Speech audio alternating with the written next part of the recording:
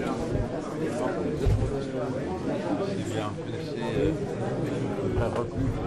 Oui.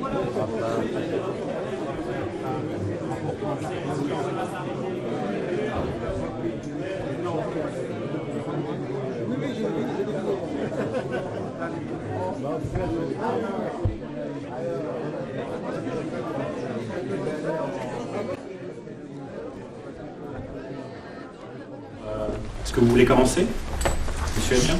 Donc, nous sommes une association qui s'est créée en association Morglas, Mer Bleue. J'ai également des responsabilités syndicales, puisque je suis à l'origine, avec quelques-uns de mes collègues, de la mise en place du syndicat CGT des Marins du Grand Ouest, qui est le premier syndicat maritime du littoral français. Donc, je suis venu là surtout ce soir, pour qu'il n'y ait pas d'ambiguïté, enfin voilà, je rappelle, mais c'est l'association Morglas qui va plus s'exprimer. Donc, notre association est née après l'accident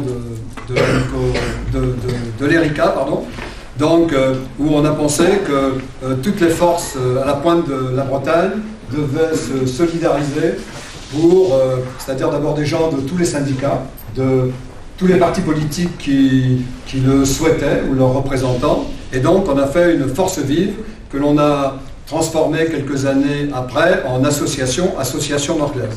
Donc, aujourd'hui, nous sommes, enfin l'année dernière, nous étions 358 adhérents, un conseil d'administration qui se compose de 10 personnes.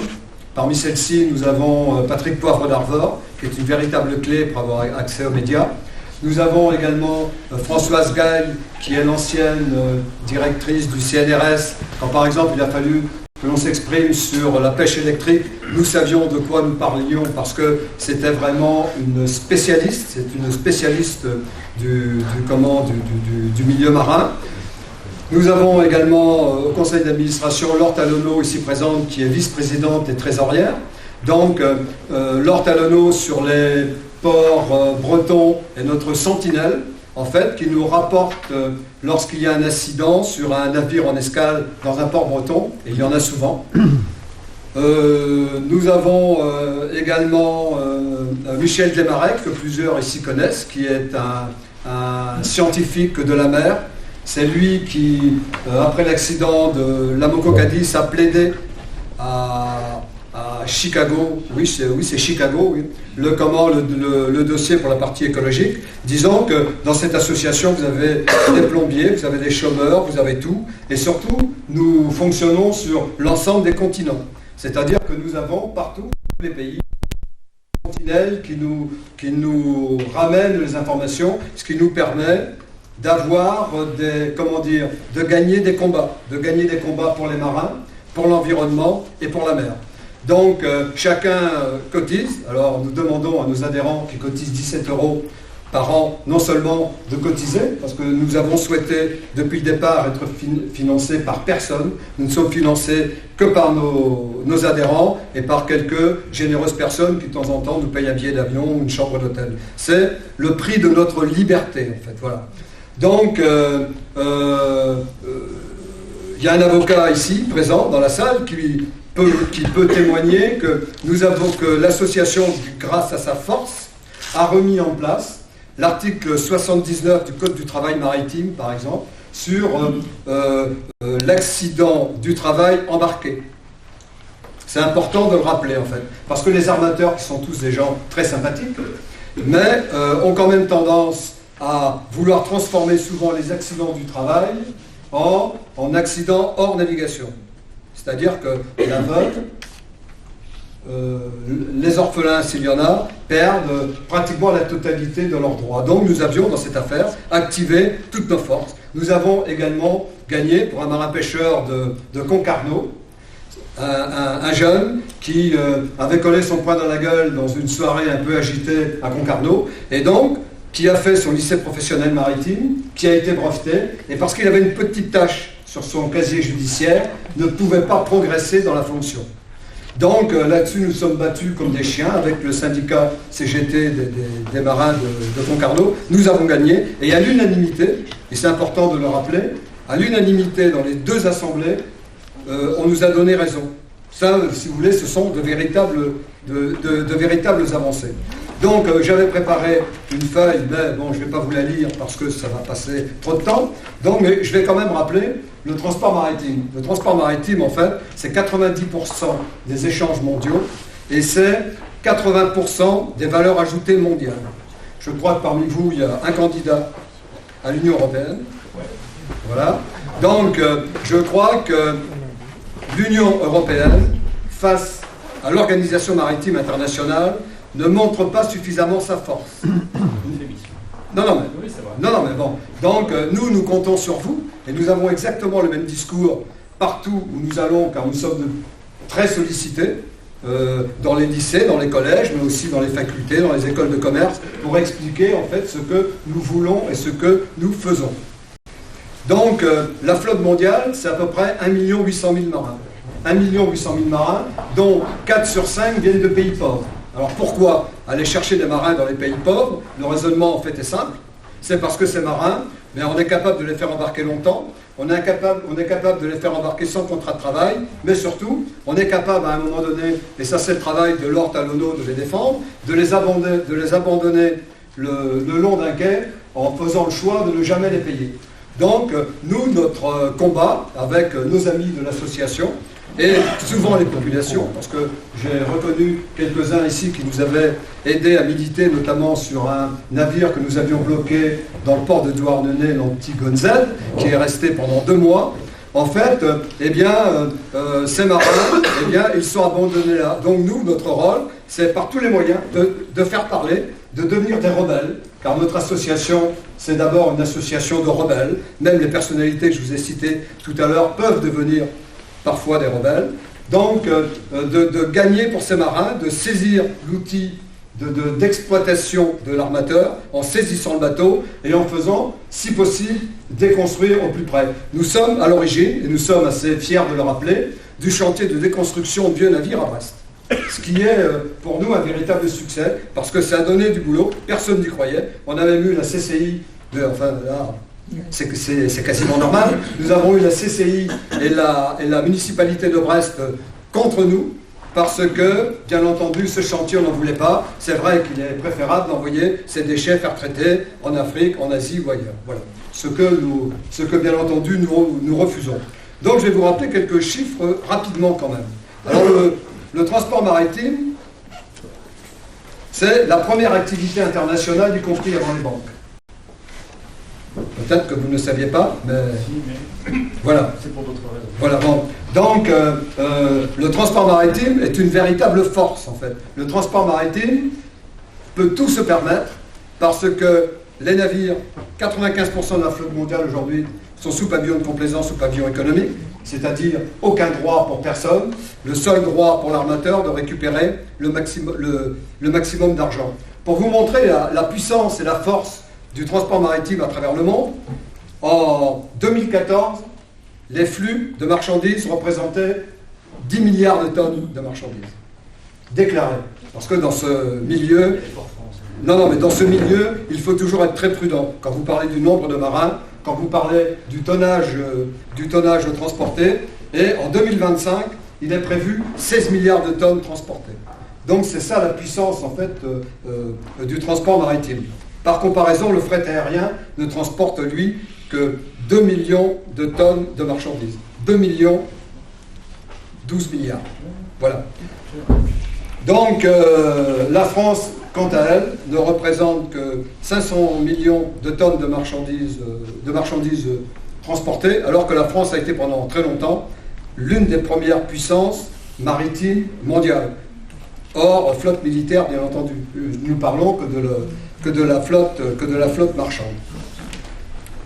J'aurais pu en fait vous parler pendant des heures, parce qu'on aurait pu aussi vous parler, chose à laquelle nous nous intéressons, c'est les lycées professionnels et la formation des marins. Aujourd'hui, pourquoi les armateurs vont-ils chercher des marins à l'étranger? D'abord pour les raisons que je vous ai évoquées précédemment, mais aussi parce que les lycées professionnels, en fait, ne forment plus les marins. On remplit des classes dans les lycées professionnels, il y en a un qui n'est pas très loin d'ici, mais en fait on remplit les classes, j'ai l'impression, uniquement pour maintenir en place les enseignants. Non, non, mais je le dis avec une vraie sincérité. Bon. Donc, moi, par exemple, je vais prendre un cas concret, parce que nous aimons les cas concrets. Mon petit-fils est sorti du lycée professionnel maritime d'Étel. Très rapidement, il a fallu qu'il navigue, mais c'était son choix. Son père est marin, son grand-père est marin, son arrière-grand-père était marin. Donc lui, il n'a pas fait marin par hasard, il a fait marin parce qu'il voulait en faire son métier et sa profession. Si, très rapidement, et je vois monsieur l'administrateur qui est attentif à ce... Inspecteur. Je suis civil. Voilà, inspecteur. Bon. Mais disons que s'il n'avait pas rapidement fourni tous ces modules, eh bien en fait, 3 mois après, il ne pouvait plus naviguer. Et je tiens à vous rappeler, et je compte sur vous quand vous serez là-bas, de remettre la France et son administration dans le droit chemin. Le seul pays en Europe qui applique ce type de module obligatoire, c'est la France. C'est-à-dire que très rapidement, un officier sortirait-il major de l'École nationale de la marine marchande si, au bout de quelques mois, il n'a pas navigué, s'il a choisi, par exemple, après 5 ans d'études, de prendre un peu de vacances, en fait, il ne peut pas. Il est obligé de renaviguer tout de suite, sinon il est déclassé. Nous sommes aujourd'hui dans un pays de modules. Donc, pour nous, c'est important, ça, de le rappeler. Les lycées professionnels maritimes. Si nous ne formons pas nous-mêmes nos marins, les marins, ils iront encore davantage les chercher ailleurs. Enfin, je vais finir, parce que je ne veux pas être trop long et je vais laisser la discussion aux autres. Je vais vous lire un texte qui a été écrit par une journaliste en 2002, après une enquête qui a duré plusieurs mois. C'est une journaliste qui sortait de l'école de journaliste et elle avait choisi, comme plusieurs, Audrey Crespo-Mara et d'autres, de faire leur mémoire sur le monde maritime et les dérives du transport maritime. En 2002, elle écrivait ceci. Aboli formellement, le 20 décembre 1848, l'esclavage a pris de nouvelles formes sur les mers du globe. Si le commerce du bois d'ébène fait partie d'un passé révolu, les navires continuent de transporter avec eux un monde d'inégalité et de précarité sociale. Pourtant, ce monde de transport est loin d'être marginal. En 30 ans, il a enregistré une progression de près de 430% et dans le même temps, son coût d'exploitation a baissé de plus de 30%. Ces économies ont été réalisées en exploitant des vieux navires, parfois de plus de 30 ans, mal ou pas entretenus. Il achemine en grande quantité des marchandises coûteuses, etc., etc. Catherine Landaburu pourrait aujourd'hui, 17 ans après, écrire exactement le même texte, mais peut-être en pire. Voilà. Totalement d'accord avec vous sur l'importance qu'il y a à évoquer non pas les damnés de la terre, mais les damnés de la mer. Le fait qu'ils existent, que leurs conditions de précarité, même d'extrême dangerosité, est à peu près occultée. Il y a d'autres sujets spécifiquement, on va en venir aux problématiques spécifiquement de la pêche, pour lesquelles il y a d'autres enjeux. Mais là-dessus, je voudrais juste insister sur la question des ports francs. Dit comme ça, et c'est encore aujourd'hui souvent évoqué par tel ou tel courant politique, pour dire, notamment pour les Outre-mer, de dire, ah bah pour développer l'activité, on n'a qu'à faire un port franc. Et dit comme ça, l'expression est sympa. Sauf que c'est quoi un port franc ? C'est un port sur lequel, 1, il n'y a pas d'impôt. 2, tu ne contrôles pas ce qui rentre.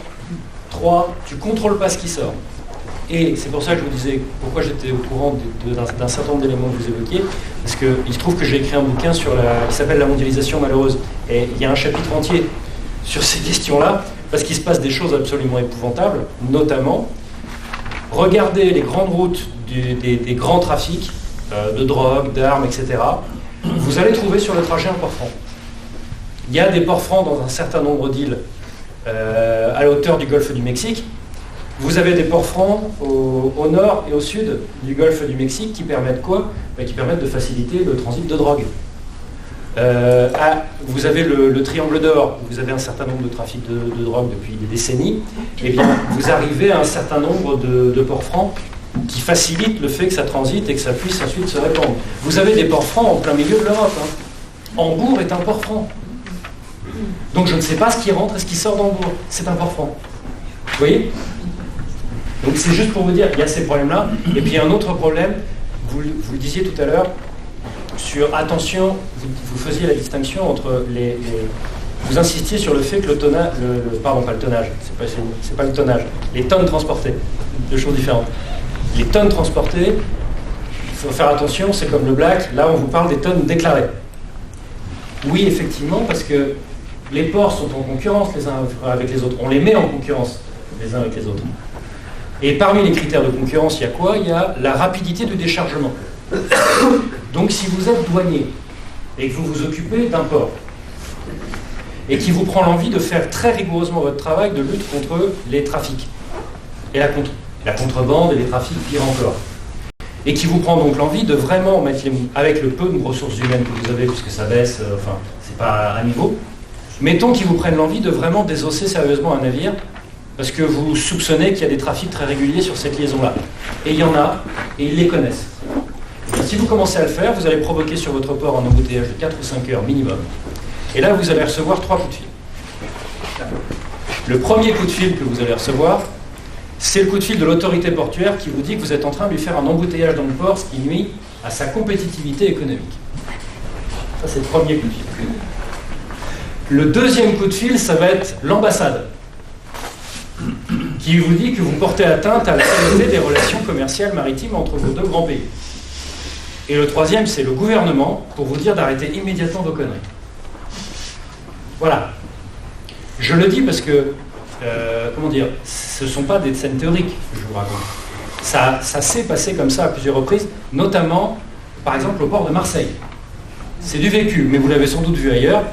Vous connaissez, vous voulez peut-être réagir, madame? Oui. C'est pour dire qu'on a en fait une grande convention internationale qui est censée protéger les marins. Ouais. Qui s'appelle la Convention du travail maritime, donc qui établit des droits pour les marins pour le monde entier. Donc on est quand même au point de dire qu'il faut que les marins aient un contrat, il faut que les marins soient payés tous les mois, c'est quand même pas acquis pour tout le monde. Mais la Convention du travail maritime dit que, attention, il y a des droits pour les marins, mais prime le transport maritime. Donc ça veut dire qu'on n'arrête pas un bateau s'il y a des problèmes de salaire, s'il y a des problèmes de contrat. Pour rien, parce que le trafic prime. Parce que, le trafic maritime, vous êtes en train de dire qu'en droit, à l'heure actuelle, ouais, c'est important ça. Le trafic maritime, donc la circulation des marchandises, voilà. Prime sur le droit social des individus qui les transportent. C'est ça qu'on dit. Tout à fait. Ouais, pardon, je le répète parce que ça me semble important. Ouais, non, mais également, si je peux le rajouter, également l'état des navires. Nous, souvent, par exemple, d'où nos clés, je veux dire. C'est nous qui prévenons le secrétariat général de la mer que sur tel ou tel navire il y a des soucis, parce que nous le savons par nos sentinelles portuaires, dans lesquels il y a aussi des fonctionnaires qui nous disent tel ou tel navire, on aimerait bien l'arrêter parce qu'il est en tel état, en tel mauvais état, mais c'est difficile de le faire. Et s'il y a autant de navires pourris sur la mer, un tiers de la flotte mondiale aujourd'hui sera à déconstruire, d'après un armateur qui s'appelle Philippe Louis Dreyfus. C'est parce qu'en fait, les inspecteurs de navigation, où ils ne peuvent pas, où ils n'ont pas le droit, où ils ont une telle pression en fait, qui laisse repartir des navires pourris. Et nous avons fait une très belle affaire, tous les deux, en 2018. Un navire escale à Lorient le 2 juillet, on le bloque jusqu'au 28 juillet. Il était dans un état épouvantable, on a mis des photos sur Internet, vous tapez sur notre site et vous verrez. Hein, on a beaucoup de photos qui sont reprises par la presse, par beaucoup de médias notamment, y compris par les inspecteurs de navigation eux-mêmes. Mais en fait ce navire, une fois qu'il a été bloqué à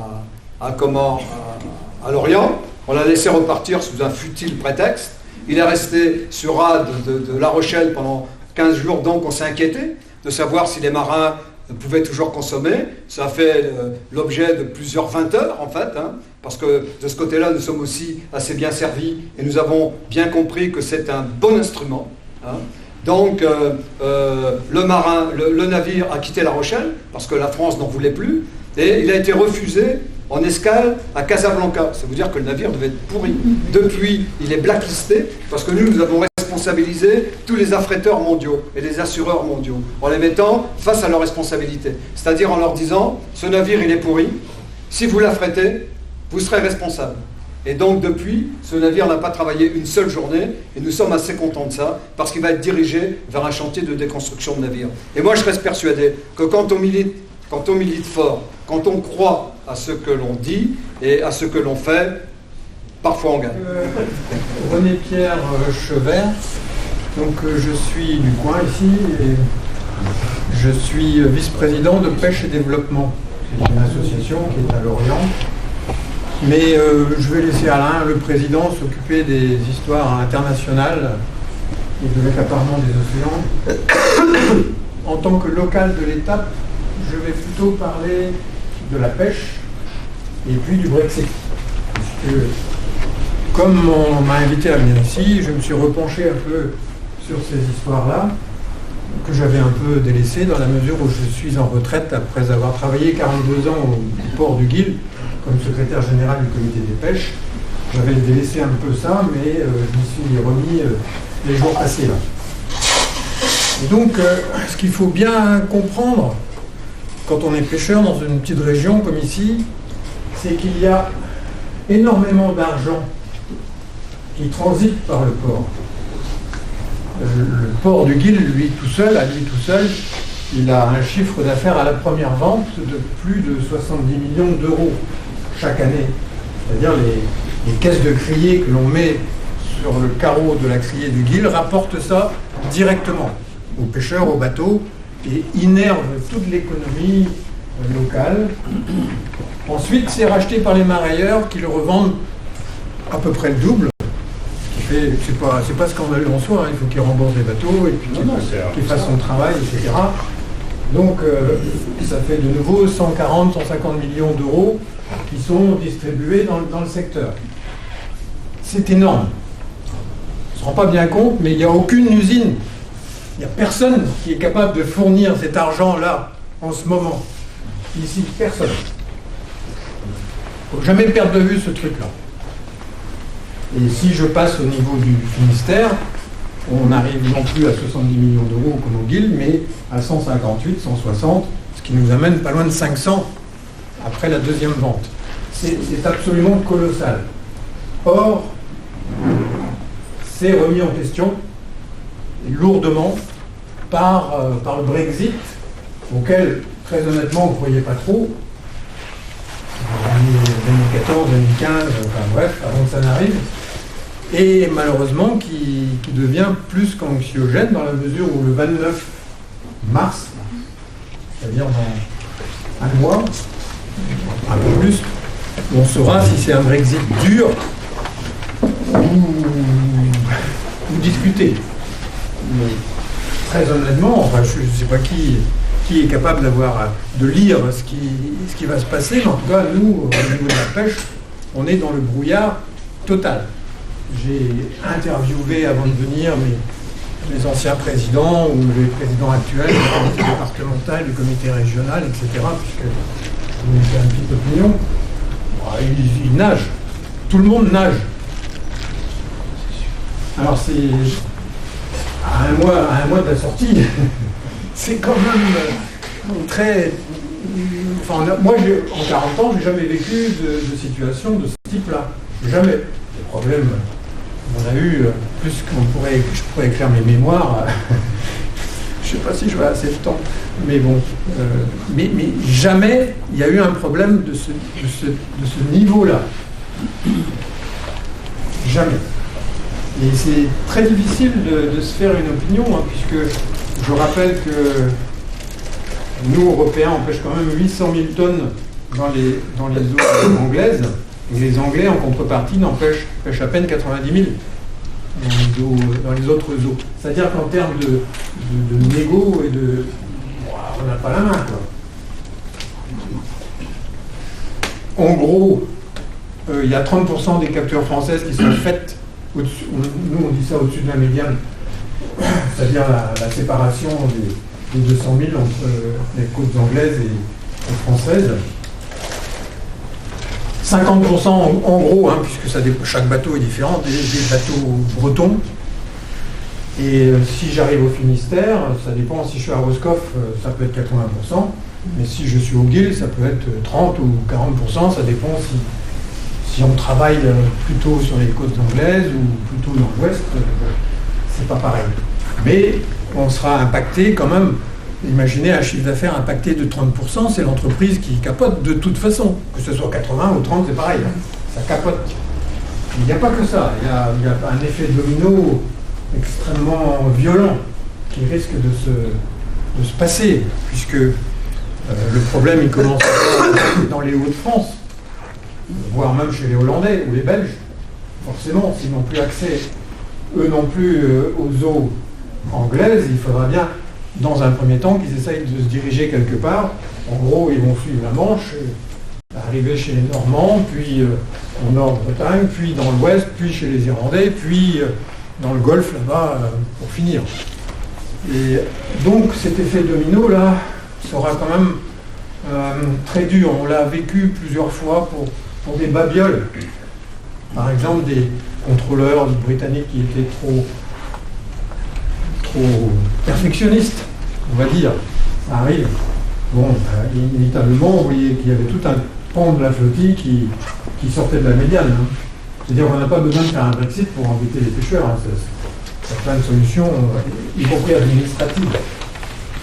Et donc, à chaque fois que cet effet domino là, se faisait, on le ressentait très durement jusqu'au fond du Golfe, là, quelquefois. Donc ça, il ne faut pas l'oublier. Donc en cas de no deal, malheureusement, on a beau regarder, c'est ce qui se présente. Enfin, sauf coup de théâtre, c'est ce qui se présente. Donc l'État côtier grand-breton sera un État côtier indépendant, négociant tout, y compris l'accès à ces eaux. Alors il y en a qui pensent qu'on pourra lier le fait que les Britanniques ou les Grands-Bretons exportent énormément en Europe. 70% grosso modo de ce qu'ils pêchent est exporté chez nous. En Europe, en Espagne, en Italie, en France. Il ne faut pas se faire d'illusions. Les deux ne sont pas associés. C'est-à-dire qu'aujourd'hui, les entreprises de mareyage, de transformation, de préparation des plats, du poisson divers et variés, sont un lobby puissant, beaucoup plus puissant que celui des pêcheurs. Et aujourd'hui, ce lobby-là, il est déjà en train de frapper à la porte de Lambert Desgranges ou bien d'un autre, voilà, des gens qui s'occupent de la négo, pour leur dire attention, attention, nous ne voulons pas mettre la clé sous la porte sous prétexte qu'on n'aurait pas d'importation anglaise. Bien sûr que non. Et donc, les pêcheurs sont un peu coincés dans cette histoire-là. Parce qu'ils sont très dépendants et ils n'ont pas matière à négocier, quoi. On n'a pas la main. Et c'est ça que nous, je dis nous, je suis en retraite, que nous ressentons très, très fortement, quoi. Parce que d'habitude, il y a toujours une voie de sortie. Aujourd'hui, franchement, personne ne sait trop où elle est. Et c'est dans un mois. Donc voilà, c'est ça que je voulais vous dire. En plus, oui, il peut y avoir tout un tas de mesures techniques embêtantes qui viennent ajouter des effets pervers. Naturellement, l'État commence par dire « Bon, vous inquiétez pas, les gars. Si vous faites 20%, si vous êtes impacté à plus de 20%, on vous aidera à sortir. » C'est ce qu'on appelle un plan de casse. C'est ce qu'on appelle un plan de casse. On a déjà vécu 2 ou 3 plans de casse. Bon. Mais c'est une réaction, je dirais, naturelle, hein, de l'État. Pour éviter qu'il y ait de trop grands problèmes, eh bien, il aide les bateaux à casser leurs bateaux. Les armateurs gagnent pas mal d'argent. Les matelots, on leur donne ce qu'on leur doit et un peu plus. Et puis voilà, tout le monde est content. Il ne faut pas oublier que la population de pêcheurs est âgée. Souvent. Pas tout le temps, mais souvent. Donc ça peut correspondre aussi à des besoins, des envies, voilà. Donc ça tombe pas si bien que ça. On a du mal aussi à savoir qui négocie. Bon, je parlais de Lambert Desgranges, mais au niveau de Bruxelles, autour de Barnier, franchement, personne ne sait trop bien qui a la main. Et il y a beaucoup d'autres choses comme ça qui hantent les pêcheurs. À savoir, par exemple, les Anglais, la Royal Navy, c'est une marine très forte, très respectable, quoi qu'on en pense. Et si elle a envie de toute façon de chasser les bateaux français, elle le fera. Je veux dire, simplement, en étant extrêmement tatillonne, lorsque vous êtes en mer depuis une semaine et qu'on vous envoie dans un port anglais pour passer au tribunal et que vous devez, avant de partir, laisser 100 000 ou 200 000 livres, enfin, bon, une fois ça va, mais deux fois, même si vous n'êtes pas condamné pour finir. Mais bon, c'est pas vivable. Au bout d'un moment, on dit, c'est bon, j'y vais plus. Bon, et ça, on l'a déjà subi plusieurs fois. Et puis, on a aussi à l'horizon des problèmes d'équipage, puisque pour différentes raisons, les équipages n'aiment pas non plus vivre dans cette incertitude, là, tout simplement. Et avec l'obligation de débarquement en plus, ils risqueraient d'avoir du travail supplémentaire. Et donc, y compris au niveau des équipages, c'est tendu. Et cerise sur le gâteau, il semblerait, vous avez peut-être vu ça dans la presse, que des armateurs anglais, supputant naturellement qu'ils auraient tous les quotas à leur disposition, essayent d'acheter des armements français disponibles.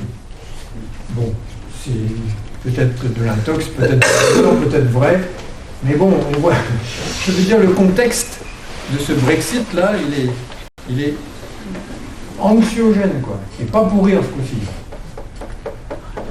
On ne sait pas trop par quel bout prendre ça. Je pense que la pêche en Cornouailles, c'est quelque chose comme 5000 emplois à peu près. Donc qu'est-ce qui va advenir de ça d'ici un mois? C'est la question qui se pose. Et quand on a organisé cette réunion, évidemment qu'on avait ça en tête. Et donc, bien sûr, qu'on va demander aux candidats, aux européennes, ce qu'ils en pensent. Parce qu'on remet ça évidemment à chaque fois dans le contexte de l'Union européenne, dans le contexte des directives. En fait, je remercie votre équipe là, et donc la France Insoumise, d'avoir fait ce débat. Même si je n'adhère pas à tout, mais c'est pas le sujet, c'est le principe d'un débat. Non, mais je souhaite que chaque parti fasse de même, parce que pour nous, en tout cas, c'est un véritable sujet, et vous avez eu raison de le faire. Merci. Je vais faire une première intervention simplement en me focalisant sur la Commission européenne pour expliquer, pour qu'on comprenne bien où ils en sont eux et exposer quelques pistes assez brutales, je préfère prévenir, sur ce qu'on peut faire pour éviter en fait quelque chose de relativement catastrophique, c'est-à-dire quelque chose entre la mort lente de la pêche artisanale, non industrielle si vous préférez, et quelque chose qui serait encore accéléré par des éléments improbables mais possibles, en l'occurrence le Brexit, et qui donc accélérerait, si je rajoute l'élément que moi je n'avais pas à l'esprit, je vais vous le dire sincèrement, le facteur générationnel. Dans ce cas-là, on peut s'orienter vers une extinction de filière, il faut appeler les choses par leur nom. Est-ce que nous souhaitons, indépendamment de, là je ne vous parle même pas d'économie, je vous parle de la Bretagne. Est-ce que nous souhaitons une Bretagne sans pêcheurs? C'est juste, excusez-moi, mais simplement, l'activité n'est pas qu'économique, c'est aussi une activité, j'allais dire, culturelle au sens anthropologique. C'est une activité culturelle et sociale. Et historique aussi. C'est des générations, ça a été mentionné tout à l'heure. Ça a été mentionné par vous, monsieur. C'est des générations. Donc, est-ce que nous avons envie d'une Bretagne sans pêcheurs? Bon, moi, ce n'est pas mon cas. Voilà, pour plein de raisons. Peut-être parce que je suis d'origine finistérienne, ça doit être ça, mais bon, il y a d'autres raisons. D'abord, je voulais rappeler, avant de commencer, que, sauf erreur de ma part, parce que les chiffres bougent vite en ce moment, pas dans le bon sens, un marin pêcheur sur 3 en France métropolitaine est breton. Déjà.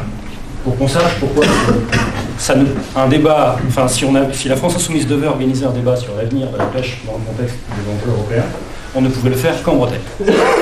Et en termes de pêche, de volume de pêche, un produit de la pêche en France métropolitaine, vous prenez n'importe lequel, vous avez une chance sur 2 que ce soit votre.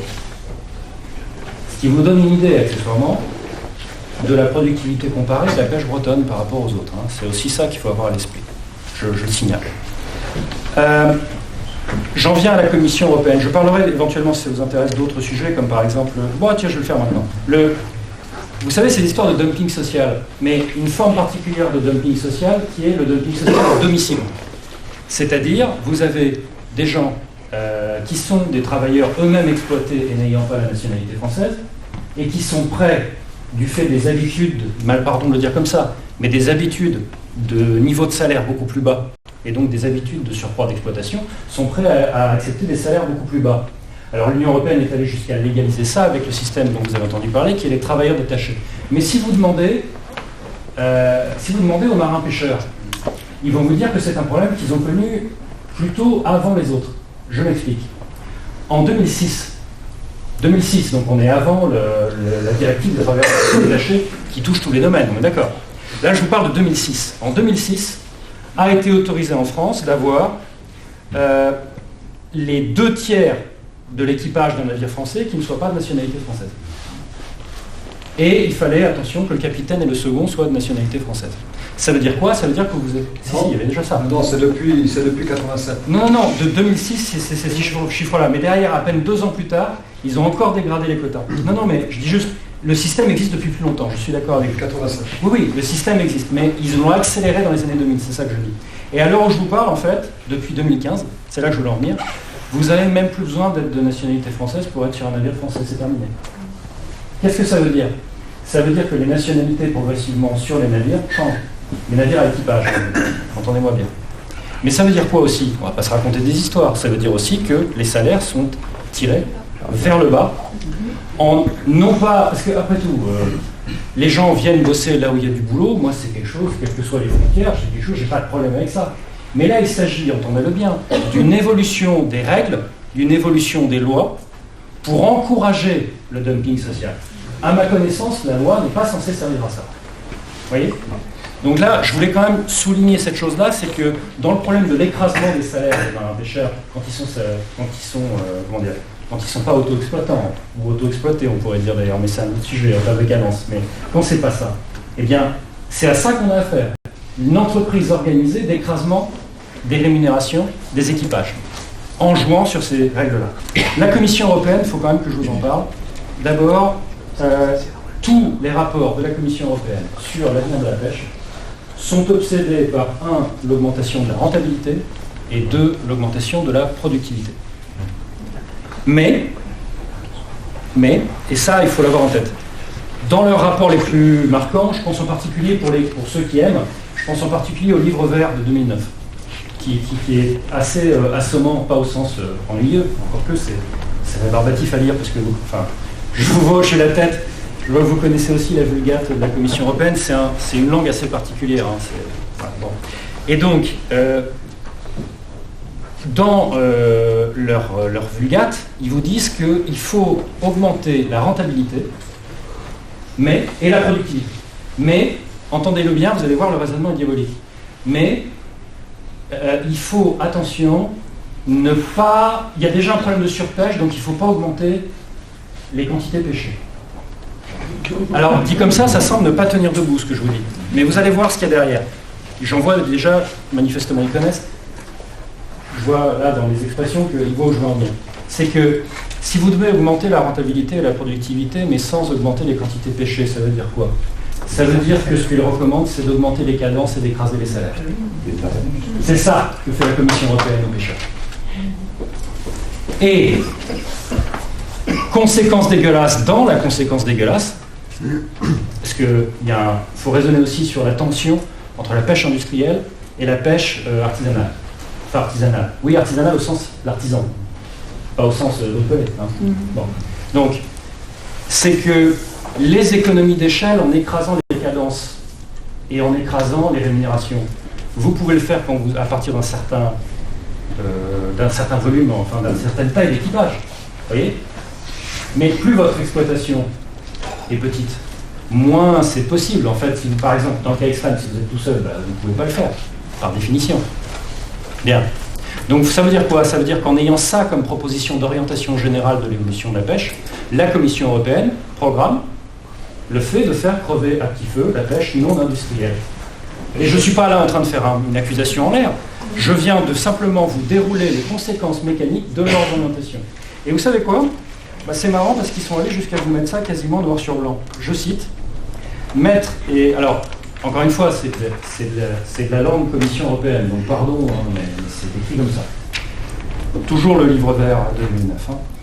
Mettre et maintenir la capacité des flottes de pêche en adéquation avec les possibilités de pêche, donc ça c'est productivité, rendement, etc., entraînera inévitablement une baisse globale de l'emploi dans le secteur. La Commission européenne vous dit dans son livre, voilà, orientation de la pêche, on va faire baisser l'emploi dans la pêche. Et ils vous disent aussi, ça c'est dans un passage plus général, où ils vous disent que forcément la pêche artisanale est appelée à ne pas être compétitive. Et donc elle doit crever.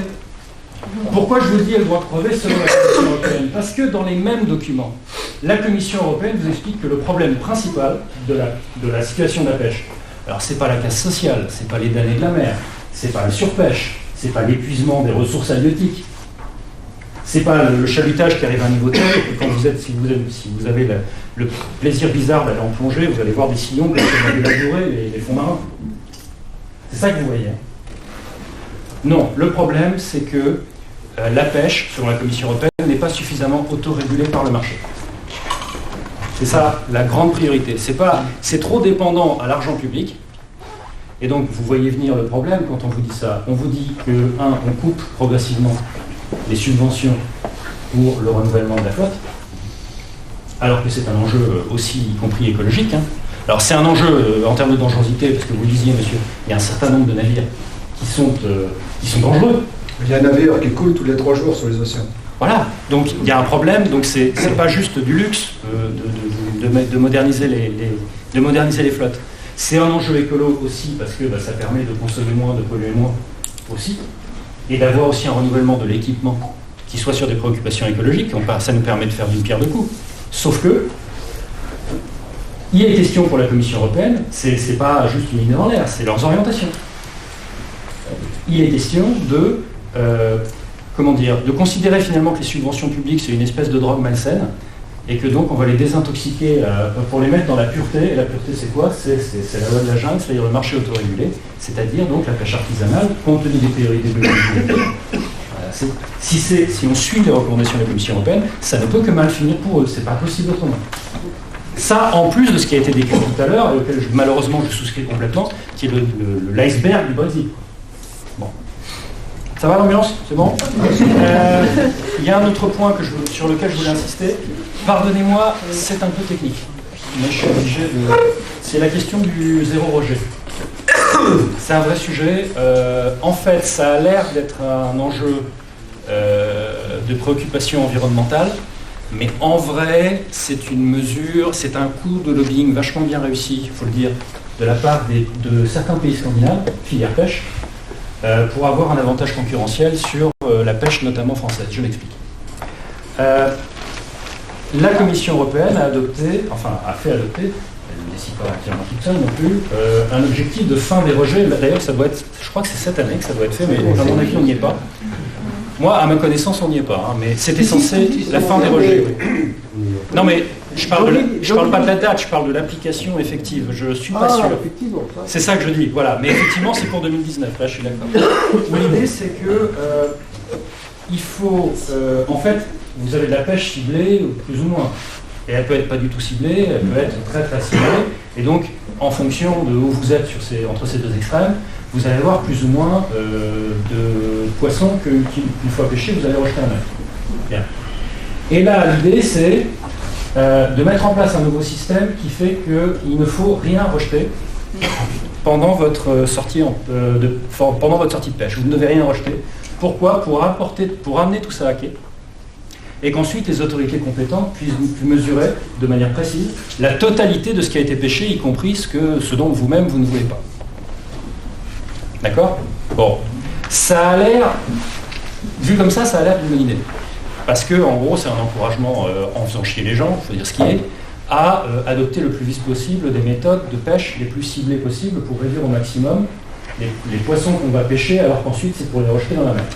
Sauf que il y a une énorme différence sur cette pratique-là entre les pays scandinaves qui sont déjà dans cette habitude de pêche ciblée depuis plusieurs années, et la pêche française en général, la pêche artisanale en particulier, qui n'est pas au même niveau de pêche ciblée que les pays scandinaves. Résultat, s'il n'y a aucun accompagnement, et en particulier accompagnement sur la différence d'équipement et sur la différence de pratique, si vous n'avez pas cet effort-là de transition qui est fait, et que vous mettez directement une règle pour laquelle une partie des compétiteurs sur le marché européen est déjà à jour et l'autre ne l'est pas encore, bah, qu'est-ce que vous êtes en train de faire? Vous êtes en train de décider qu'on continue la course, mais toi je te rajoute un roulet au pied. Et donc il y a ça qui s'ajoute à tout le reste par le système du zéro rejet, donc là-dessus il y a un souci aussi. C'est-à-dire que vous ne pouvez pas changer les règles dans un sens qui suppose de changer vos pratiques, votre équipement, etc., sans accompagnement. Vous voyez? Enfin, moi, ça me paraît... encore une fois, je ne suis pas marin-pêcheur moi-même, hein, je ne veux pas qu'il y ait de malentendu, mais il me semble que là-dessus, il y a quand même un souci de poids de vie. Voilà donc en résumé. Il me semble à moi qu'il n'y a que deux options sérieuses, parce qu'on peut se raconter des histoires. Hein. On peut dire, oui, accompagnement, je ne sais quoi, c'est très très flou. Hein. Mais je ne pense pas que ce soit la bonne approche. Moi, il me semble que ce qu'il faut mettre en place, c'est un système de protectionnisme sur la pêche. J'ai la même réponse d'ailleurs sur l'agriculture, mais je me suis juré d'arrêter de mettre l'agriculture et la pêche dans le même sac. Je pense qu'il faut mettre en place un système de protectionnisme économique sur la filière pêche, sur des critères d'écologie et de social. C'est-à-dire les critères sociaux du processus de production, enfin production, vous m'avez compris, de produits de la pêche, et de critères écologiques, c'est-à-dire que, en d'autres termes, plus le produit, qu'il vienne de l'intérieur ou de l'extérieur du marché européen, entendez-moi bien, plus le produit de la pêche a été obtenu dans des conditions sociales dégueulasses, plus il doit être taxé. Enfin, surtaxé par rapport aux taxes qu'il doit payer. Et même chose sur les critères écologiques. Mais là arrive le point, comment dire, je pense que là, à ce stade, dans un certain nombre d'esprits, il y a « ouais, ce serait bien, mais les autres ne voudront jamais ». Les autres partenaires européens, je veux dire. Il doit y en avoir deux ou trois qui pensent déjà ça. C'est pour ça qu'il me semble que dès le départ, et ça tombe bien, à la France Insoumise, on a facilement cette logique. Plan A, on le propose au niveau européen. Plan B, si les autres n'en veulent pas, on le fait nous-mêmes. Parce qu'après tout, nous sommes un gros marché de consommation de produits de la pêche, et donc on peut parfaitement faire à l'échelle de la France. Alors, ça n'est pas comme ça qu'elle fonctionne le marché unique. Certes, mais il y a quelque chose qui peut nous permettre de le faire quand même, si jamais au niveau européen ça n'est pas accepté ce nouveau système, entendez-moi bien. J'ajoute, excusez-moi, que l'argent du produit de ces taxes protectionnistes sur critères sociaux et écologiques, l'argent de ces taxes devrait, à mon sens, être utilisé pour investir dans le renouvellement le renouvellement des flottes de pêche, le renouvellement du matériel, parce qu'il n'y a pas que les navires eux-mêmes, il y a du matos, et en plus c'est de plus en plus pointu, c'est normal, hein, c'est une tendance lourde de toute façon, et plus largement dans le fait d'investir dans une politique de l'économie de la mer. Parce que, parenthèse, en Bretagne, et encore, je ne compte pas le Loire-Atlantique alors qu'on devrait, mais en Bretagne, un emploi sur 10, c'est l'économie de la mer, donc il y aurait vraiment matière à investir. Il y a un vrai potentiel qui est sous-exploité. Et donc, si on ne peut pas obtenir ce nouveau système-là au niveau européen, il faut qu'on l'obtienne au niveau, il faut qu'on le fasse au niveau français. Comment le faire sans être en train comment dire, sans se prendre immédiatement des coups de batte au niveau du droit européen? Il y a une méthode qui existe, ça s'appelle l'option de retrait. L'option de retrait, opt-out, c'est quand un État membre de l'Union européenne décide souverainement qu'il y a certaines règles de l'ensemble européen qui ne l'appliquent plus. Donc vous ne pouvez pas sanctionner un État en vertu d'une règle qu'explicitement il a décidé de ne plus appliquer. La Suède le fait sur l'euro. Elle était censée rejoindre l'euro. Elle a décidé par référendum qu'elle ne le ferait pas en 2003. Et donc ils ont décidé un truc incompréhensible pour nous, Français. C'est que comme le peuple avait dit non par référendum, donc du coup ils ont décidé de ne pas le faire. Je sais, non mais c'est culturel. Je sais, nous Français on ne comprend pas ça. Vous avez aussi l'Irlande qui à l'heure actuelle a un opt-out sur Schengen. Schengen c'est pas n'importe quoi dans la construction européenne, on est d'accord, c'est quand même la libre circulation des gens. Eh bien l'Irlande a dit moi je fais pas ça, donc j'ai un opt-out sur Schengen.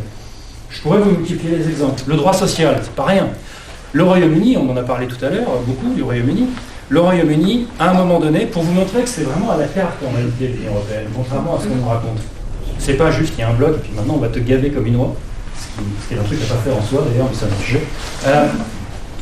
Donc, le Royaume-Uni, au fin années 80, début années 90, ils veulent pas du droit social encore embryonnaire de l'Union européenne. Alors vous allez rire parce que pour nous ça va pas du tout assez loin, mais pour eux ça allait déjà trop loin. Et ils ont dit on veut pas de ça. Donc on fait une option de retrait, on fait un opt-out sur le droit social. On n'est pas là-dedans. Okay. Et puis une dizaine d'années plus tard, bon, finalement on veut bien y aller, et donc ils y vont. C'est donc vraiment pour vous dire que en réalité, ce à quoi vous adhérez ou pas dans le bloc européen, c'est à la carte pour de vrai. Et ça fait l'objet en réalité de négociations sur bon d'accord, tu veux sortir de tel truc, mais qu'est-ce que tu me donnes en échange du fait que je gueule pas dans telle réunion européenne quand tu vas le demander? Ça se passe comme ça en réalité. L'Union européenne est une organisation internationale. Une fois qu'on sait ça, parce qu'il n'y a pas de souveraineté européenne, les États membres obéissent aux règles européennes parce qu'ils ont signé, eux, États souverains, des traités, et que donc ils en appliquent les règles maintenant qu'ils l'ont signé.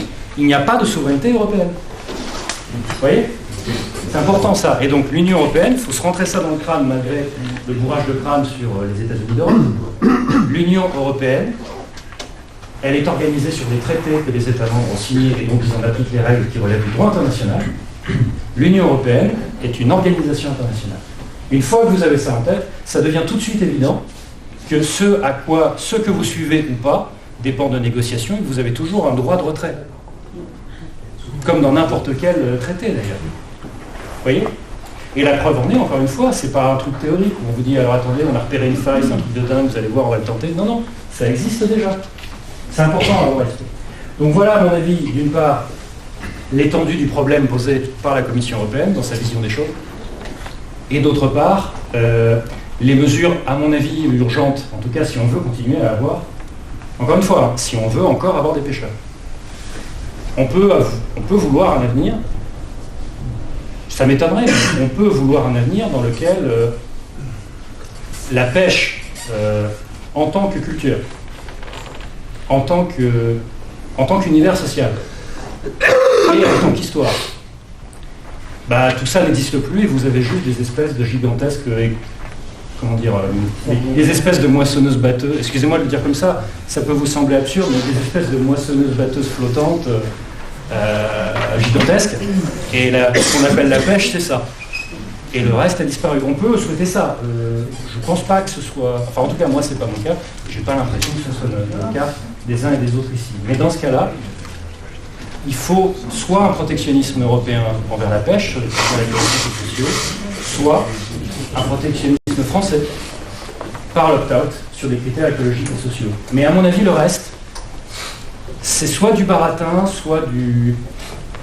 Pardon de le dire comme ça, soit des mesures palliatives, vous voyez, c'est-à-dire mettre sous perfusion et dire ça va aller, t'inquiète pas, tu vas avoir l'impression de t'endormir. Bon, on n'a pas envie que l'avenir de la pêche soit ça. Voilà. Je vous remercie. Mais à sa création, l'Union européenne n'avait pas donné la pêche en France. C'était réservé. C'était le tourisme, la transformation du poisson. La pêche était pour les États du Nord, les pays du Nord et du Sud. Ici, c'était les doudous, c'est tout. Hein. Donc, il ne faut pas se plaindre de l'orientation que donne le... Non. Et d'autre part, il y a eu un vote pour la Constitution européenne. La libre concurrence est non faussée. C'est l'application. Il faut que ceux qui sont dit, c'est pas des méchants. Là, je plaisante. Ils appliquent leur politique. C'est une politique qui est aussi votée par les députés européens. Non.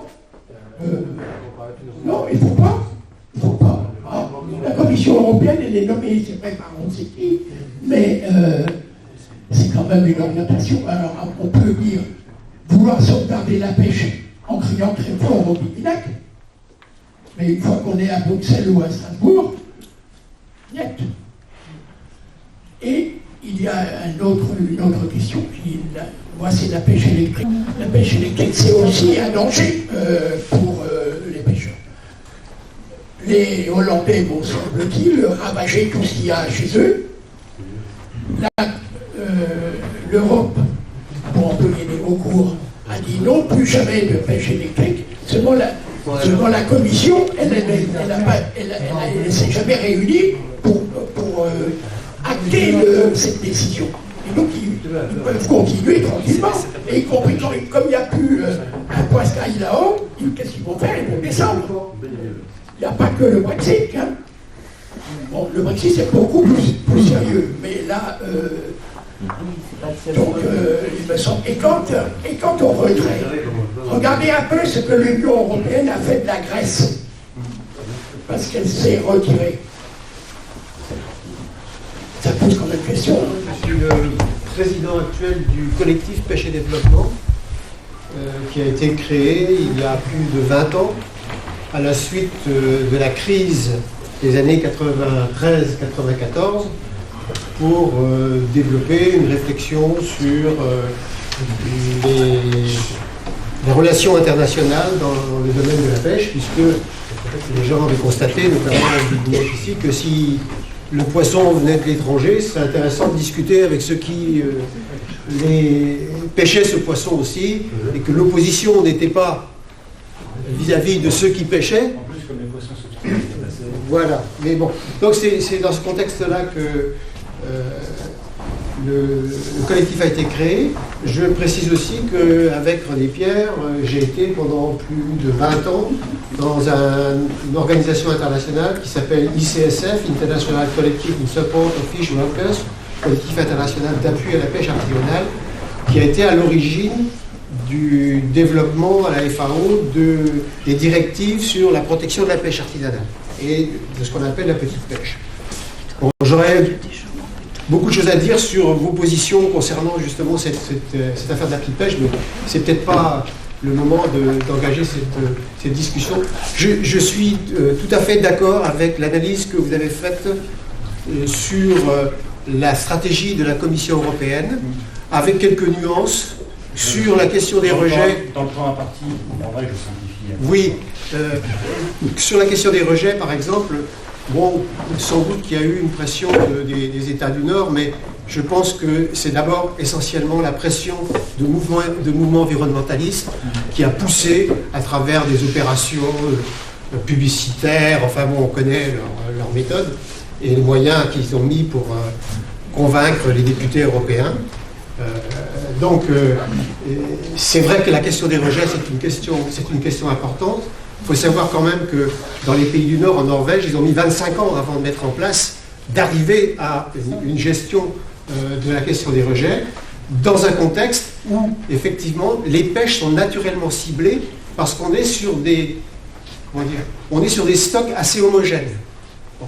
Et lorsque en fait, c'est simple, en écologie, plus vous allez au nord, plus les stocks sont homogènes. Plus vous descendez, et quand vous descendez dans les zones tropicales, alors là, c'est le grouillement et c'est quasiment impossible de cibler les pêches. Mais déjà, lorsqu'on est ici, que vous soyez au filet, que vous soyez à la palangre, que vous soyez au chalut, eh bien, c'est pratiquement impossible de cibler les espèces. Vous filez maillant. Donc, un filet, c'est maillant, souvent. Hein. Bon. Mais, donc, c'est pour ça que, si la question des rejets est une vraie question, le fait qu'on ait brusqué les choses, alors que, bon, je pense qu'il fallait inciter et mettre en place des mesures. Et ça venait des pêcheurs eux-mêmes ici. Ce sont des pêcheurs bigoudins qui ont mis en place les premières mesures, avant même que les scientifiques les mettent en place, des premières mesures de sélectivité, ce qu'on appelle la langoustine, par exemple. Bon. Et puis d'autres, on pourrait prendre de multiples exemples. Donc il fallait soutenir et approfondir ces démarches-là, plutôt que d'être dans une logique de blocage. Mais effectivement, le but, c'est bien ça. Alors, il y a une stratégie double de la Commission européenne. C'est, on défend la petite pêche. Hein. Petit bateau, 12 mètres, pas de drague, pas de chalut, très bien, ça c'est parfait. Hein. mais vous restez dans la bande des 12 000 surtout, hein. Donc ils sont déjà hyper nombreux là-dedans, donc ils vont être encore plus nombreux, bon, très bien, ils vont peut-être s'arranger pour partager, mais nous, notre vision, c'est que la pêche artisanale, sa vocation, c'est pas simplement de rester sur la côte avec un petit bateau, c'est de pouvoir aussi accéder aux eaux, comme c'était justement la force je dirais de la pêche artisanale diversifiée du pays bigoudin ici, qui était d'avoir une forte tradition artisanale qui allait de la côte jusqu'au large. Et c'est ça qui est en train de disparaître. Et c'est ça qui est en train de disparaître, et c'est ça que la Commission veut faire disparaître. Parce qu'effectivement, sa vision, c'est celle de la création d'armements concentrés avec des bateaux puissants, etc., qui seront plus faciles à contrôler que des centaines de petits bateaux, de bateaux moyens ou autres, voilà, et qu'on va pouvoir diminuer aussi la pression sociale exercée par ce milieu social. C'est casser ce tissu social c'est clair, hein, on a voulu absolument ici casser ce bastion de résistance qu'était le pays bigoudin. Bon, voilà, il faisait chier le peuple, hein. Pas le peuple, justement. Oui, non, pas le peuple. Exactement. Et moi, j'ai entendu... Mais il y a un président qui a fait moins le malin quand il était... Voilà. Moi, j'ai entendu un haut fonctionnaire de la français qui disait « Bah oui, vous n'avez pas tort. Hein. La vision française, c'est d'essayer de progressivement casser, réduire, limiter la pêche. C'est un monde qui les emmerde. Et alors, on vous sort des grands rapports sur le fait que, effectivement, pour 1 euro pêché, il y a 1 euro de subvention. Enfin, c'est n'importe quoi. Il n'y en a jamais eu. La pêche n'est pas plus... n'a jamais été. Certains ont su gratter des subventions, ça c'est sûr. Mais, bon, globalement, la pêche n'a pas été plus subventionnée que l'agriculture. Bon. Et dans ces subventions, il y a une bonne part qui est de la subvention sociale, hein, pour permettre à la France d'avoir peut-être le meilleur système de protection sociale pour ces marins pêcheurs, à la différence de l'Angleterre, même si effectivement il y a eu, notamment sur les pêches tonnières, le phénomène que vous signalez. Mais aujourd'hui, je crois qu'il y a effectivement cette stratégie d'élimination de ce qui est le tissu social qui fait la force, hein, et qui permet aussi au milieu de se reproduire et de survivre. Et j'avoue qu'on est extrêmement inquiet. Bon, le Brexit, s'il intervient, risque d'être le coup de grâce définitif, mais il faut savoir des choses comme ça. Il reste en Bretagne à peu près 5 000 à 6 000 pêcheurs. Dans 10 ans, il y en a 2000 de moins. La pyramide des âges, elle est comme ça. Hein. Moi, j'ai été prof d'histoire et géographie, j'ai toujours avec les pyramides des âges. Les pyramides des âges, c'est radical. Vous ne changez pas une pyramide des âges. C'est-à-dire que dans 10 ans, dans 20 ans, c'est pas 6 000 pêcheurs, c'est 3 000 pêcheurs. Alors, on ira peut-être chercher comme on commence à le faire, des pêcheurs dans les pays du Sud, mais ça va être extrêmement difficile de maintenir ce tissu qui permettra de transmettre, parce que ça aussi c'est une chose, c'est que les écoles c'est bien pour la pêche, mais la pêche c'est quelque chose qui se transmet par l'expérience. Si on n'a plus les gens qui transmettent l'expérience, c'est un métier, c'est une activité qui disparaîtra. Bon, il en restera quelques-uns pour les touristes, comme on dit, hein, plus quelques bateaux industriels qui navigueront avec des équipages étrangers qui iront chercher en Indonésie, en Chine, etc. Voilà. Mais c'est ça qui est inscrit dans la logique des choses. Mais je voudrais développer une deuxième chose. C'est que pourquoi est-ce qu'il y a cette stratégie de réduction du milieu des pêcheurs? C'est aussi parce qu'il y a derrière une autre volonté. C'est que la pêche aujourd'hui ne représente rien en termes économiques, à l'exception de zones très particulières, comme en particulier la Bretagne. Mais en termes économiques, c'est grosso modo 1 milliard de débarquements. C'est vraiment très peu de choses. Et qu'est-ce qui est important aujourd'hui? J'ai entendu un jour Carmelo Vela qui est venu à Brest pour rencontrer, il a commencé par dire que le 21e siècle sera celui des océans. C'est-à-dire que c'est là, aujourd'hui, que se trouve l'avenir, que se trouve la frontière, que se trouvent les ressources. C'est ça qui est en train de se construire. Et vous regardez, c'est ce qu'il appelle la révolution bleue. Et vous regardez les schémas qui sont produits par la Commission européenne, quand ils parlent de la révolution bleue, c'est de l'aquaculture, du tourisme, du pétrole, de l'extraction minérale, du sable, tout ça, du tourisme, donc je dis du tourisme, et puis de l'environnement. C'est-à-dire qu'on fait, comme on dit, on ne parle plus de nature, hein, c'est du capital naturel. Quand c'est du capital, ça doit rapporter. Bon. Donc ce capital naturel, on va le vendre, et on va faire... alors là, on va faire plein de belles zones de réserve. On est en train de préparer ce qu'on appelle la planification spatiale marine. C'est-à-dire qu'on va faire en mer les conneries qu'on a fait à terre, en mettant en place des zones commerciales, etc., tout ce qui a dégradé notre territoire, on est en train de le préparer en mer. Bon. Mais pourquoi faire? Pour marginaliser encore plus la pêche et ouvrir la mer, aux investisseurs, aux banques. Et tout ça souvent d'ailleurs sous le couvert de magnifiques ONG. Parce qu'il ne faut pas se tromper, beaucoup de ce qu'on appelle les ONG environnementalistes sont alimentés par des fonds qui viennent des grandes entreprises. Regardez les WWF, regardez d'autres qui sont TNC. Alors, c'est pas connu TNC. TNC, c'est The Nature Conservancy. Ils ont acheté le tiers de la zone économique exclusive des Seychelles. J'aurais bien aimé que la mère Lucet nous fasse une petite enquête là-dessus, mais elle a commencé puis elle s'est retirée. Pourquoi? Je ne sais pas. Mais voilà, ils achètent le tiers de l'espace. Et ensuite, qu'est-ce qu'ils font? Ils mettent une partie en réserve intégrale et le reste, ils vendent aux pétroliers. Bon, dans d'autres endroits, on vendra, ça c'est pour 10 ans maintenant, c'est la recherche des minerais rares et tout ça. Voilà, c'est ce qui est en train de se préparer. Donc il y a un grand jeu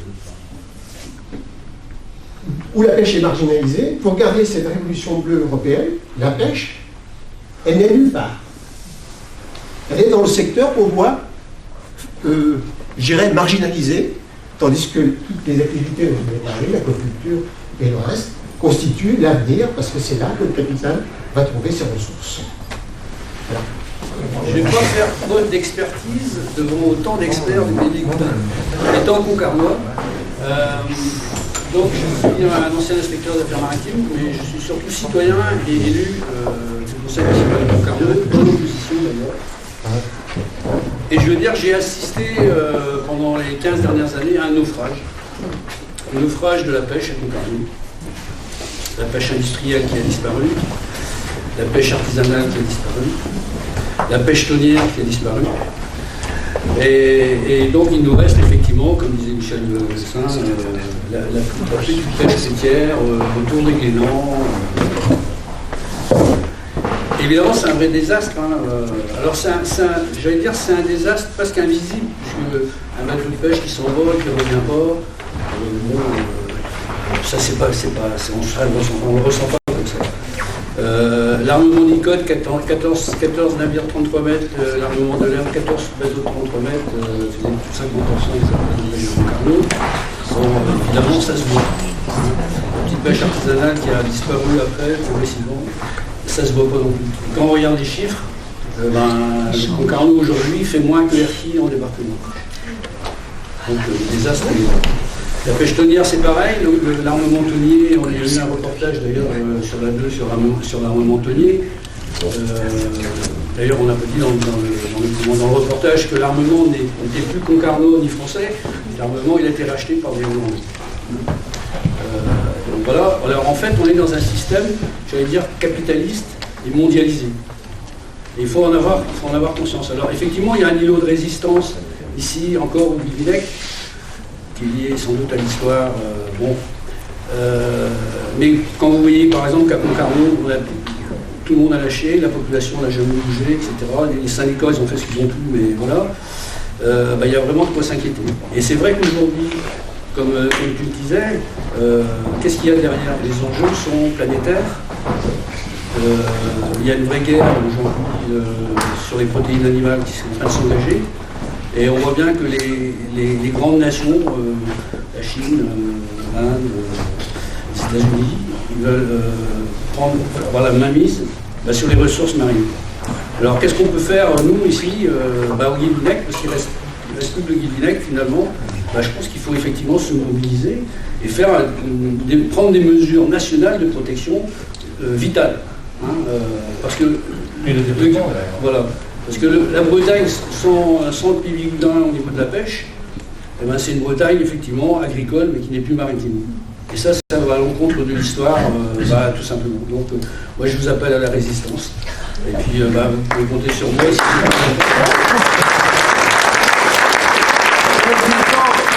vais voir Sophie Le Gall, la patronne des Baras, pour lui expliquer que le gros souci pour la pêche, c'est comme le gasoil, ça coûte une campagne, entre autres, ça coûte combien sur un bateau, c'est énorme. Et qu'en Bretagne, nous avons un inventeur, Angie Le Floch, qui habite Quimperlé et qui a eu le prix d'innovation à Nantes et tout. Il a inventé un moteur qui pompe l'eau de mer, qui crée de l'hydrogène et qui le réinjecte dans le moteur à gasoil. Et ça fait des économies de presque 70%. Le moteur, il existe, il a fait tourner, et personne ne s'en intéresse. Donc, il a essayé de se battre, c'est depuis 2011, il a essayé de se battre pour faire sortir ce moteur-là, et ça ne tombe pas. Donc, il n'a pas baissé les bras, il a recréé un autre moteur hydrogène, mais son entreprise s'appelle Luxury, et c'est des moteurs pour les bateaux les gros bateaux de plaisance, des bateaux de luxe, quoi, et pas pour les bateaux de pêche, quoi. C'est un non-sens. Et si la pêche pouvait économiser sur le gasoil, ça serait gagné, parce que c'est énorme les millions de litres de gasoil qui sont consommés tous les ans sur un port de pêche, c'est des millions et des millions. Donc voilà, donc j'ai donné le dossier, et puis elle m'a dit qu'elle allait voir avec ses ingénieurs, et je vais donner à Thomas aussi le dossier pour que Younous sur Magie regarde ce dossier-là, parce que c'est énorme quand même. Après, ce dont on est en train de parler maintenant, en plus des gens qui sont physiquement dans cette salle, il y a tous les gens qui vont voir la vidéo. Donc moi, je n'ai pas de problème avec le fait que telle ou telle personne que j'aurais espéré atteindre immédiatement s'intéresse à ce qu'on raconte en voyant la vidéo. En d'autres termes, et c'est là que je voulais en venir, ce qui compte en réalité, c'est d'arriver à filmer d'une façon suffisamment lisible et audible, et deux, en fait, d'essayer de dire des choses intéressantes sur le sujet dont on parle. Voilà, c'est tout. Après, la qualité de l'échange est plus intéressante si on a tel et tel profil qui sont présents, mais ça, c'est pas entre nous. Vous voyez? Donc, je voudrais qu'on soit vraiment, tranquille et serein sur ces questions-là. Ce qui compte, c'est fondamentalement ce qu'on se dit, à mon avis. Parce que derrière, c'est des choses qui vont être vues par beaucoup plus de gens qu'il n'y en a dans cette salle. Voilà, je vais être clair là-dessus. Après, sur les différentes interventions,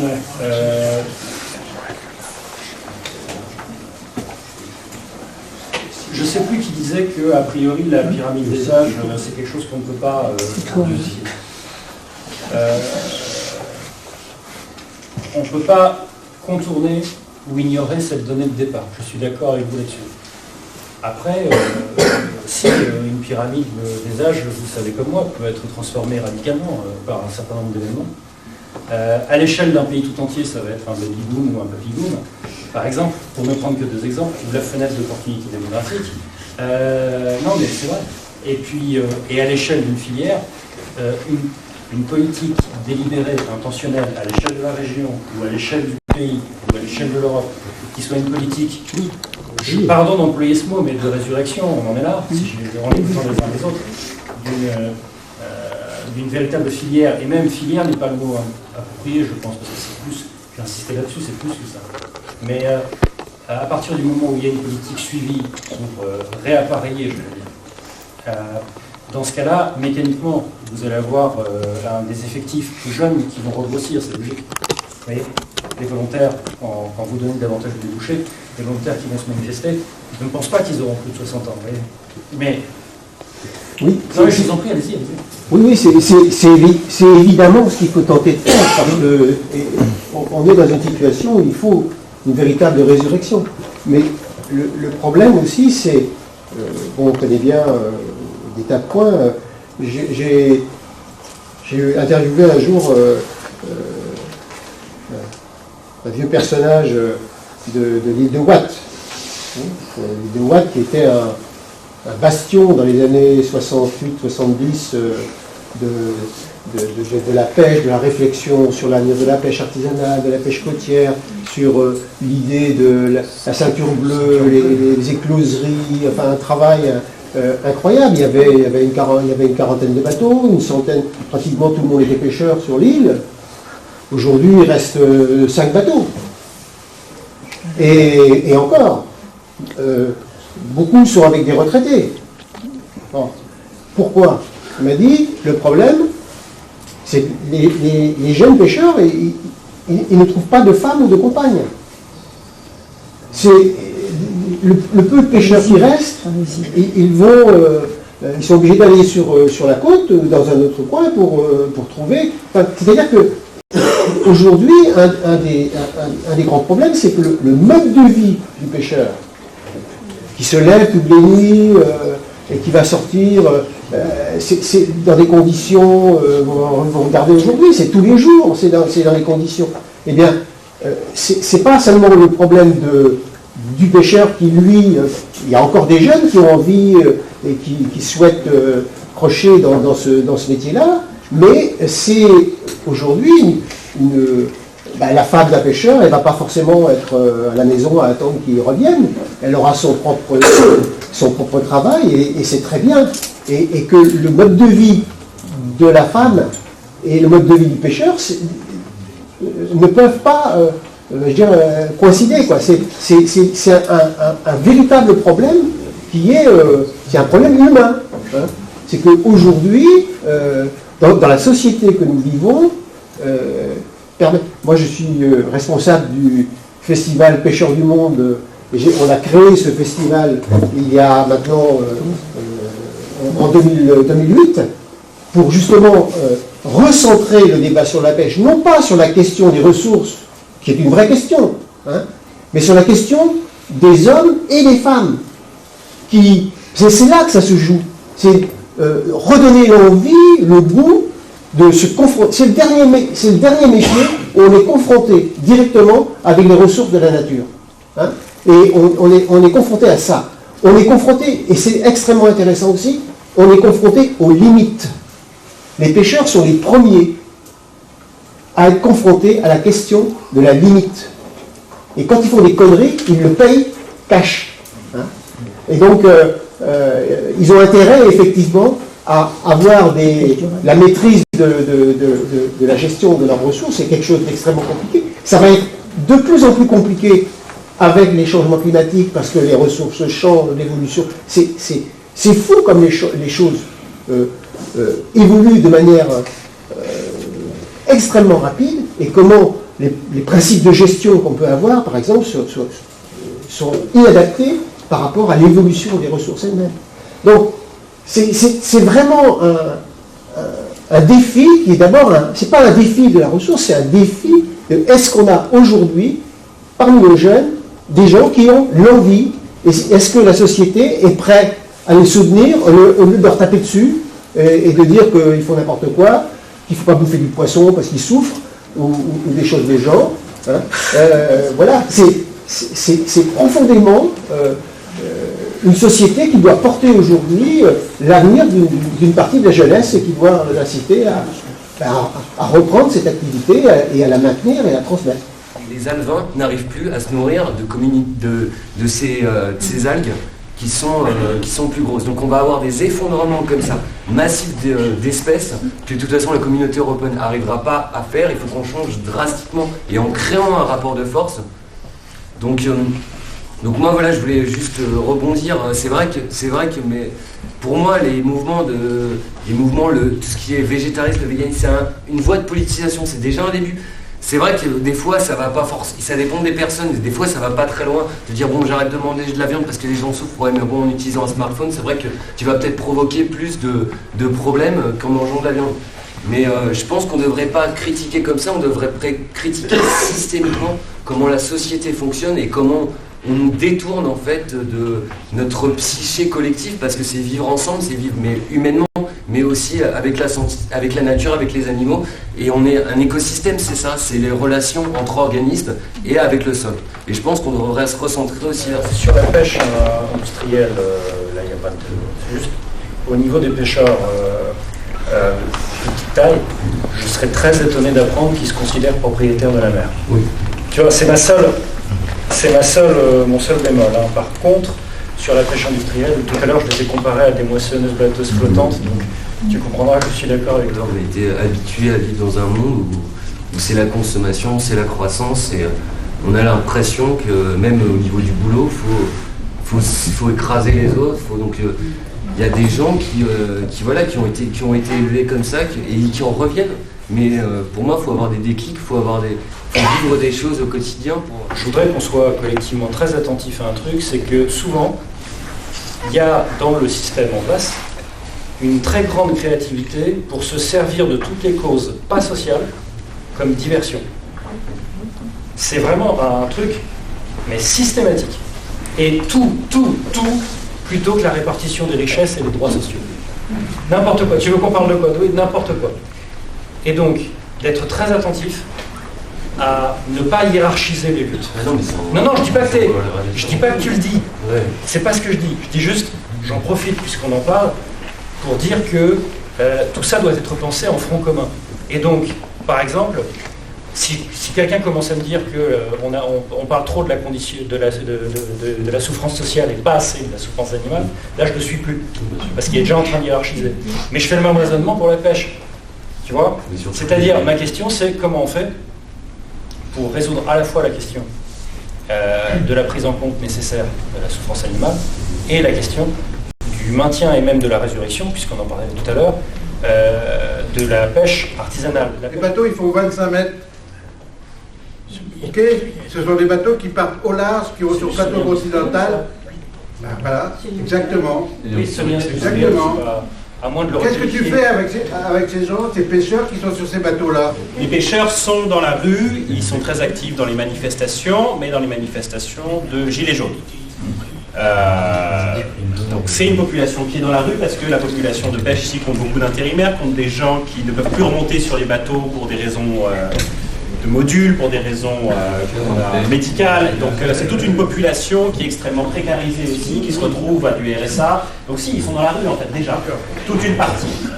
La question qu'on essaye d'aborder, c'est comment on va faire en sorte pour sauvegarder une activité artisanale et anthropologique et faire en sorte que ces gens, on sorte ceux-là qui sont dans la misère et sortir aussi, qui se sortent eux-mêmes aussi, et empêcher que tout le pays Bigoudin et tous ceux qui sont touchés et irrigués par la pêche basculent aussi. Parce que c'est toute une entreprise de destruction du pays Bigoudin et de la Cornouaille de manière générale, comme tu as pu témoigner à Concarneau. Donc on va essayer d'éviter ça et de relancer peut-être là-dessus.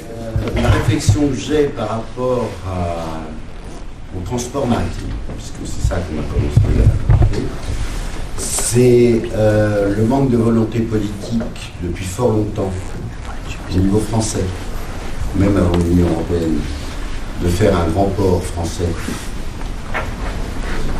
avec la possibilité d'avoir des politiques locales à la fois fluviales et ferroviaires au milieu du Havre, où ça a été complètement, pour des raisons politiques, non développé, ce qui a permis de conserver les ports d'Anvers et puis les ports plus au nord. Ça, c'est, à mon avis, une faute de nos anciens dirigeants français. Par rapport à la pêche, il faut bien vous dire une chose, c'est que moi je veux bien qu'on tape sur les environnementalistes, mais chers messieurs des pêcheurs, que vous imaginez que la mer est pure, elle reçoit toute la merde qui vous est envoyée par nos chers agriculteurs productivistes, les herbicides, les pesticides et compagnie, qui viennent polluer les estrans et la mer. Bloom rappelle qu'effectivement on a une détérioration des eaux littorales, et ça c'est directement lié à la façon dont on pratique la soi-disant agriculture productiviste et extrêmement polluante qui pollue la mer. Alors, il y a autre chose qui m'a aussi beaucoup marqué en tant qu'habitant de la Bretagne, c'est pas tellement les pétroliers, parce que les pétroliers, bon, on sait qu'on trouve des bactéries qui vont bouffer le pétrole. C'est là aussi le politique. Parce que quand je vois l'affaire du Bugalet-Braise, et quand je vois nos salopards de politique de l'Union européenne qui ont refusé de communiquer pour des raisons diverses ou variées, ou c'est le temps, peut-être, on ne sait pas, par rapport à ce qui s'est passé, et qui ont refusé que l'enquête se déroule selon des manières qui auraient dû être allées, et qu'on sache réellement ce qui s'est passé. Alors je vais savoir si au niveau juridique vous êtes intéressé, si vous... parce que ça me paraît quand même très important. Parce que les pêcheurs, ils ont un métier extrêmement difficile, ils ont déjà des naufrages accidentels, avec des morts, c'est quand même un métier extrêmement dangereux, mais quand en plus, vraisemblablement, cet accident est produit par un sous-marin militaire ou autre, et qu'on ne puisse pas le savoir, et qu'il y a vraiment un gros problème. Gros problème. Par rapport à la pêche. Voilà, mais c'est plutôt... La question, c'est sur le Bugalet-Braise.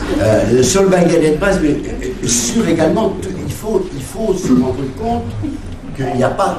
C'est pas le problème de l'arceau, c'est le problème que comment vous allez faire des nouveaux poissons, parce que vous ne ferez pas d'élevage de poissons, parce que j'ai entendu parler de... Comment vous nourrissez vos poissons d'élevage? Avec du frais. Avec quoi?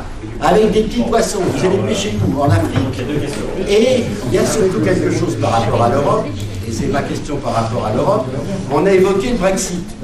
Mais il y a un pays qu'on n'a pas évoqué, qui lui, me semble-t-il, tire beaucoup mieux son épingle du jeu que les Français, et ça s'appelle l'Espagne. Et j'aimerais bien qu'on parle un peu des problèmes des pêcheurs espagnols et de la financiarisation des pêcheurs espagnols aussi, qui viennent également pêcher chez nous. Donc, si je résume, 3 questions. Le renouvellement de la faune halieutique et les pêcheurs espagnols et le Bugalet-Braise. Ça fait un programme assez chargé, peut-être qu'on devrait... Tu prends quoi? Voilà. Sur le Bugalet-Braise, en fait, on découvre quoi? Ici, on en parle beaucoup parce que nous sommes au Guinée, mais c'est comme tous les procès, en fait, contre l'État ou contre ce monde un peu obscur des armées. C'est que vous ne... Non, mais vous ne connaissez jamais la vérité. Nous, par exemple, quand le Clémenceau, on l'a fait revenir d'Inde, on a déconstruit à Brest, qui avait tous les outils pour le déconstruire. On s'est trouvé face à l'État.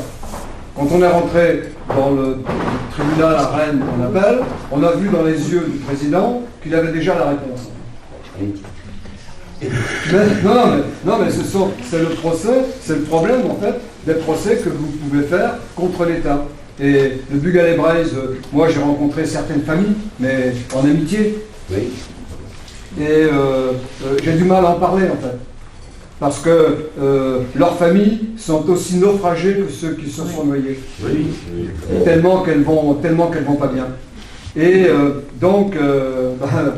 voulez-vous que je vous dise, sur le développement du port du Havre, le développement du port de Havre, parce qu'il y avait aussi cette question, on a toujours privilégié les ports du Nord, le Brexit a failli une nouvelle fois les privilégier en leur filant tous les trafics maritimes, mais j'ai l'impression que la France là-dedans, moi j'ai l'impression que la France en fait, au sein du Parlement européen, on est présent pour rien. Alors tout d'abord, Claude Larzune, je ne suis pas marin-pêcheur, mais petit-fils et arrière-petit-fils de marin-pêcheur du Guy de Vinec. Bon, j'espère que mon voisin m'excusera. Ah non, mais il n'y a pas de souci avec je ne vais pas pleurer sur le sort des céphalopodes, surtout lorsqu'ils sont dans mon assiette. Et je voudrais dire, je plaisante sur ce point parce que je voudrais voir des choses plus sérieuses, c'est que les marins savent manifester quand leurs intérêts sont en jeu. Et rappelez-vous qu'il y a quasiment jour pour jour, il y a 25 ans, les marins étaient à Rennes devant le Parlement de Bretagne, et je m'en rappelle encore pour des raisons professionnelles. Bon, deuxième point, et ils étaient nombreux, du Guy de Vinec en particulier. Deuxième point, par rapport à ce que a été dit sur le Bugan-et-Braille. Cette problématique du naufrage inexpliqué, ou expliqué pour certains, ça n'est pas nouveau. Moi j'ai connu il y a 20 ans ou 30 ans avant les mêmes circonstances de naufrage et les mêmes accusations de naufrage sur un bateau de Concarneau qui s'appelait l'Ajon, je crois qu'il y a quelqu'un de Concarneau qui est là, et la même problématique s'était posée également à la suite de la disparition de tout l'équipage du bateau. Et en réalité, je voulais simplement dire un mot sur les propos de Jean-Paul Elquin, qui disait que des marins vivaient comme des esclaves. Il y a des marins, et je suis bien d'accord avec toi, il y a des marins qui vivent comme des esclaves, mais il ne faut pas oublier qu'il y a aussi des marins qui perdent la vie au travail.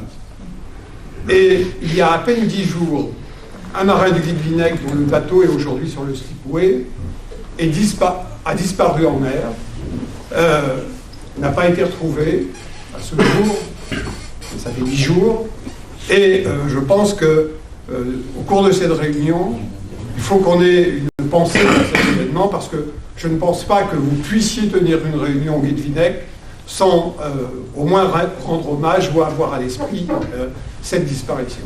Je suis d'accord avec vous, monsieur. Effectivement, de l'état des ressources et de l'état des eaux. Je suis tout à fait d'accord. Pierre Molot le connaît très bien.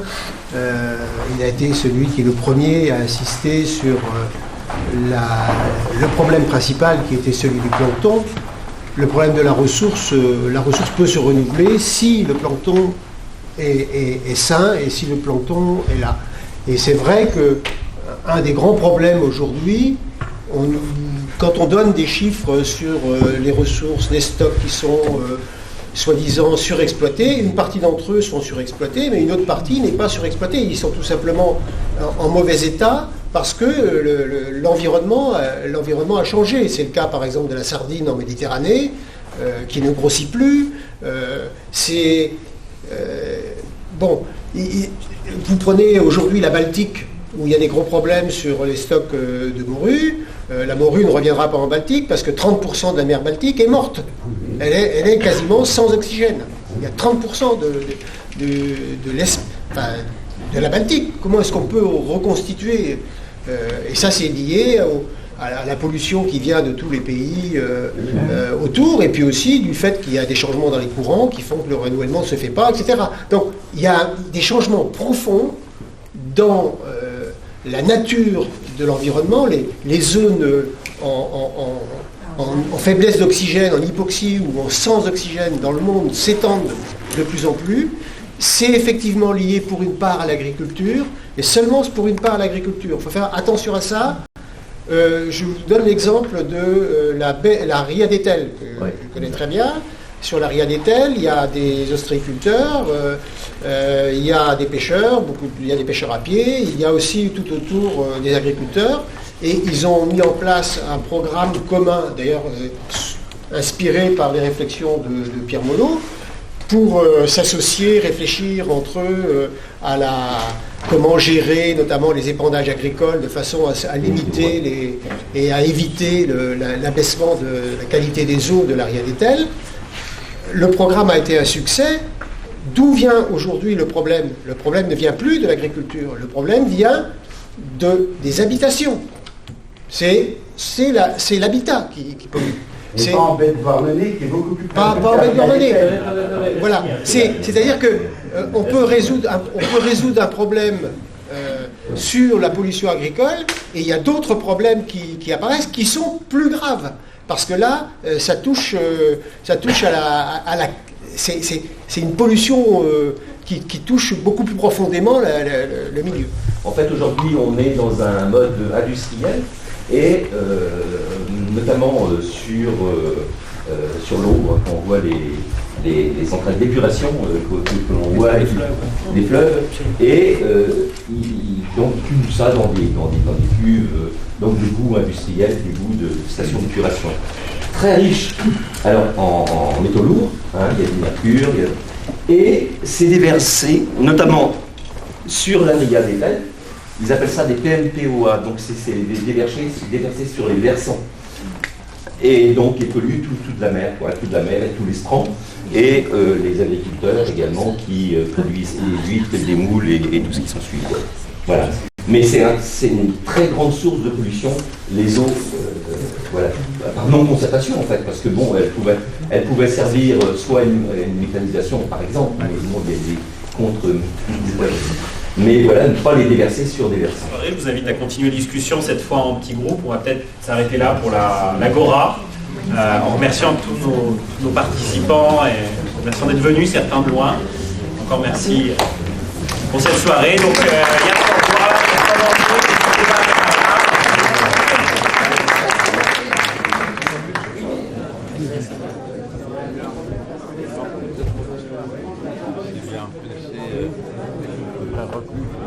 Oui.